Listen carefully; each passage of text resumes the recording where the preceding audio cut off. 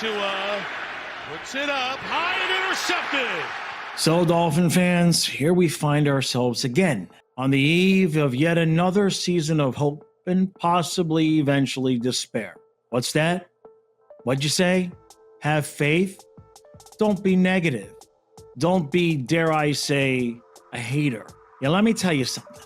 Only a few of you actually have had the experience of this franchise winning its final game. And if you don't, hope is not the thing that you should be preaching. What you should be saying at this point is shut up and win. Now, I grew up watching the great Dan Marino, but before that, my first actual football memory was the Monday night game from 1978 when Earl Campbell set the tone for what would come eventually later in the playoffs that year with a 4-touchdown, 199-yard performance on Monday night. So please excuse this old man whose first memory of a football play is an actual 81-yard touchdown run against my own team. Not long after that run, the Oilers would again beat the Dolphins in the playoffs, which led to me, being a 7-year-old boy at the time, crying on the floor at my grandparents' house, angry at God for allowing the Dolphins to make the playoffs and asking, why did you have them lose? So don't tell me about having hope or faith. To that, I say, shut up and win. Still, there was some hope again before Marino. We had the Woodstock years with David Woodley and Don Strock.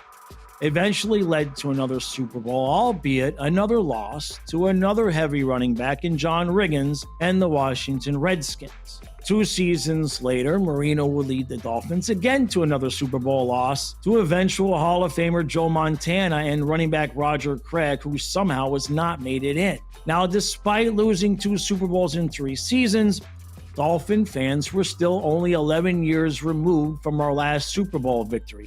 So the idea of hope was not an idea. It was an expectation. It was a mindset. Then, year after year, Marino failed to even get us back to the Super Bowl, let alone win. Yes, I know he had fantastic Hall of Fame numbers. Yes, I know the defense sucked. Many of you were not even alive or were still getting carted around in strollers, while we suffered with the likes of William Judson, Rick Graft, and Tom Olivadotti. I say this with love, but you people preaching hope have no idea what true pain is like. Knowing that you have all the pieces that you need at head coach, quarterback, offensive line, wide receiver, only to fail over and over again because that same Hall of Fame coach couldn't draft defensive players to save his life anymore. The game had moved on from the A.J. Dewey type of player. The Killer Bees were dead. Shula and Marino together, unable to win. It was brutal. Now, every year back then, I would attend the Y100 Wing Ding back when it was held at Young Circle in Hollywood. Concerts with John Cicada and Gloria Estefan. All the wings that you could eat, and the annual speech from Dan Marino that this would be the year. This would be the year. Except he never said this would be the year that we would finally win a Super Bowl. No. The best he could muster was this was going to be the year we would finally beat Buffalo in the playoffs to advance to the next round.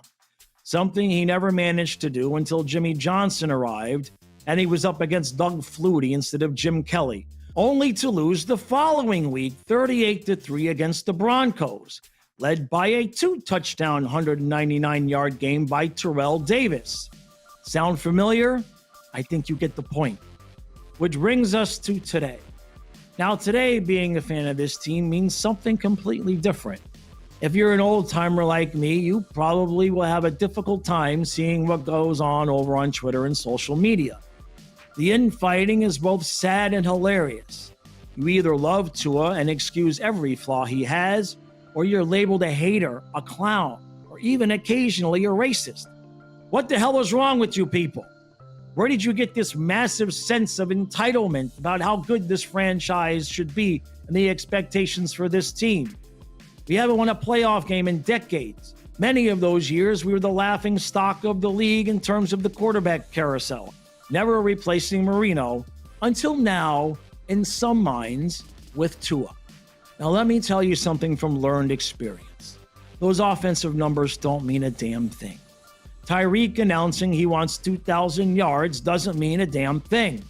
Another fantastic start only to collapse at the end of the season doesn't mean a damn thing. Is Tua going to be very good? Possibly great? Sure, maybe. He has improved every season, whatever he's worked on, so there's hope. But let me illustrate to you the difference between winning and losing. I present to you the Florida Panthers. Now, I have covered the Panthers for a full 8 seasons now here on YouTube, with far more videos and game live streams than any of the Dolphins creators could ever dream of having. 2 straight seasons of streaming all 82 games plus another 50 or so playoff games every year. Montour. Everything broke. Over 2,500 videos, many of them back when the team was terrible. I have seen as up close and personal as I possibly can what it takes to win. And let me tell you something. Going on a podcast bitching about the former coach ain't it. You would never catch Barkoff or Kachuk saying one bad word about anyone that they worked with in the past. Even though, especially in Kachuk's case, he easily could. Any player that did not instantly or eventually get what the program was sent packing. There's no talk of individual records from players and no talk of being haters or you don't know ball from the fans. They all suffered together, stuck together as one unit, and eventually won. Us Panther fans had the reputation for years of being the worst in the league simply because we were the smallest base. But we were also honest. We knew which players had it and when they didn't. Yeah, sure, minor disagreements happened, but nothing even remotely close to the garbage that passes for Dolphin fan interaction on Twitter these days.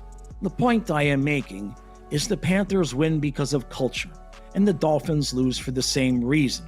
And unfortunately, in today's world, us fans are a part of that culture. Players and coaches see what we say, watch what we post, the videos we put out. I've given such tough love to Aaron Ekblad that it has me blocked on Twitter, and I wear it like a badge of honor. The Panthers have a championship culture from the ownership down to the equipment guys and even the fans. Somewhere along the way, the Dolphins lost that culture. Now, having it does not guarantee winning, just ask Shula and Marino. But not having it, well, that makes the difference between a Mahomes and a Tua. Now, maybe Tua can get there. I'm sure many of you feel he was correct to fire off at Flores like that.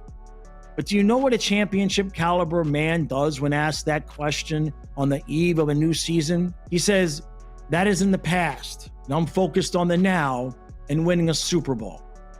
In other words, just shut up and win.